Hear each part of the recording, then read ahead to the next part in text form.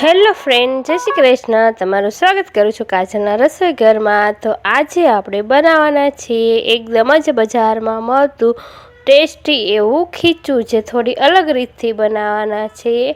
આ રીતથી બનાવશો તો ખીચું એકદમ જ ટેસ્ટી અને એકદમ જ સ્પાઇસી અને એકદમ જ સરસ બનશે. તો વિડીયોને એન્ડ સુધી બન્યા રહેજો.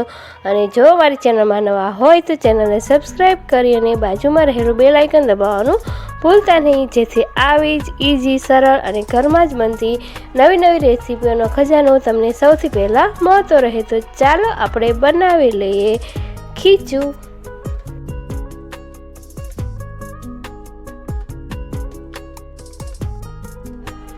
ખીચું બનાવવા માટે આપણે પહેલાં તો એક બાઉલમાં 1 ગ્લાસ જેટલું પાણી એડ કરીશું. આ પાણીને સારી રીતે ઉકાળી લેવાના છે. ગેસને શરૂ કરીશું અને પાણીને સારી રીતે ઉકળવા દેવાનું છે. ઘણા લોકો આને પાપડીનો લોટ પણ કહેતા હોય છે. તો આવી રીતે પાણીમાં આપણે 1 ચમચી જેટલું આખું જીરું એડ કરીશું. પછી 1 ચમચી જેટલા આપણે મરચાંની પેસ્ટ એડ કરીશું અને 1 ચમચી જેટલું આપણે મીઠું એડ કરીશું અને 1 ચમચી જેટલું આપણે તેલ એડ કરીશું. હવે આ બધી વસ્તુને છે સારી રીતે ઉકળવા દેવાનું છે. થોડી વાર ઢાંકણ ઢાંકી દેવાનું. તો આપ જોઈ શકો છો એકદમ જ પાણીનો કલર ચેન્જ થઈ ગયો છે. પછી આપણે તેમાં ચોખવાનો છે અને તેને વેલણની મદદથી આવી રીતે ડોટ્સ પાડી દેવાના છે અને થોડી વાર ઢાંકણ ઢાંકી દેવાનું છે, એટલે લોટ એકદમ જ બફાઈ જશે.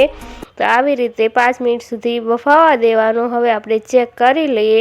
તો આપ જોઈ શકો છો એકદમ સરસ લોટ બફાઈ ગયો છે. હવે આવી રીતે વેલણની મદદથી આ લોટને સારી રીતે મિક્સ કરી લેવાનો છે. તો આપ જોઈ શકો છો એકદમ જ સ્મૂધ એવો, સોફ્ટ એવો આપણું ખીચું તૈયાર થઈ રહ્યું છે. આવી રીતે જો પેનથી છૂટું પડી રહ્યું છે. હવે આપણે તેને આવી રીતે સતત મિક્સ કરતા રહેવાનું છે.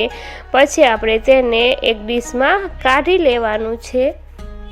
હવે આ બની ગયેલા ખીચાને થોડી વાર ઠંડુ થવા દેવાનું છે. પછી આપણે એક બાઉલમાં પાછું પાણી મૂકી અને તેની ઉપર આવી રીતે છાવણી મૂકી દેવાની છે, કાણાવાળી છાવણી. પછી આપણે જે લોટ બફાઈ ગયો, પાપડીનો લોટ, ખીચું બફાઈ ગયું, તેને આવી રીતે પાટલી વડે થોડો કોણવી લેવાનો છે. પાટલી ઉપર થોડો કોણવી લેવાનો છે. આવી રીતે લાંબા લાંબા લુવા બનાવી લેવાના છે. આવી રીતે બધા જ લોટના આવી રીતે લાંબા લાંબા મુઠિયા જેવા બનાવી લેવાના છે અને પછી આપણે ફરીથી તેને સ્ટીમ કરવાના છે. તો આવી રીતે 2 વાર સ્ટીમ કરશો તો લોટ સહેજ પણ કાચો નહીં રહે. તો આવી રીતે ગોઠવી જાળી ઉપર અને તેની ઉપર વજનવાળું વાસણ મૂકી તેને સ્ટીમ કરી લેવાના. તો આપ જોઈ શકો છો એકદમ જ આપણું ખીચું એકદમ જ સરસ સ્ટીમ થઈ ગયું છે. હવે આપણે તેને નીચે ઉતારી ઠંડુ થવા દેવાના. ચપ્પુની મદદથી આવી રીતે ટુકડા કરી લેવાના. બધા જ આપણે મુઠિયા છે, મતલબ કે આ લાંબા રોલ છે, તેના બધા જ ટુકડા કરી લેવાના છે. તો આ રીતથી ખીચું બનાવશો તો ખીચું એકદમ જ સોફ્ટ બનશે અને સહેજ પણ કાચું નહીં રહે અને ખાવામાં પણ એટલું જ ટેસ્ટી લાગશે. તો હવે આ બધા ટુકડા થઈ ગયા છે. હવે આપણે તેની ઉપર અથાણાનો મસાલો એડ કરીશું. એકદમ જ સ્પાઇસી બનશે. પછી આપણે તેની ઉપર સિંગ તેલ એડ કરીશું. સિંગ તેલનો ટેસ્ટ ખૂબ જ સરસ આવતો હોય છે. તો આવી રીતે સ્ટીકની મદદથી આપણે તેને ખાઈશું. તો આ છે થોડું અલગ બનશે નાસ્તામાં. આ ઠંડીમાં તો આ ખીચું ખાવાની બહુ જ મજા આવે છે. ખાવામાં પણ એટલું જ ટેસ્ટી લાગે છે અને સાંજના નાસ્તા માટે તો આ ખૂબ જ ઝડપથી બની જાય છે અને હાથ પણ બગડતા નથી. તો આ રીતથી તમે ખીચું ચોક્કસ બનાવજો.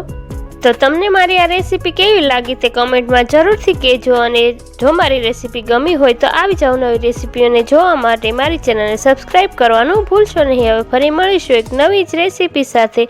ત્યાં સુધી આવજો. Thanks for watching.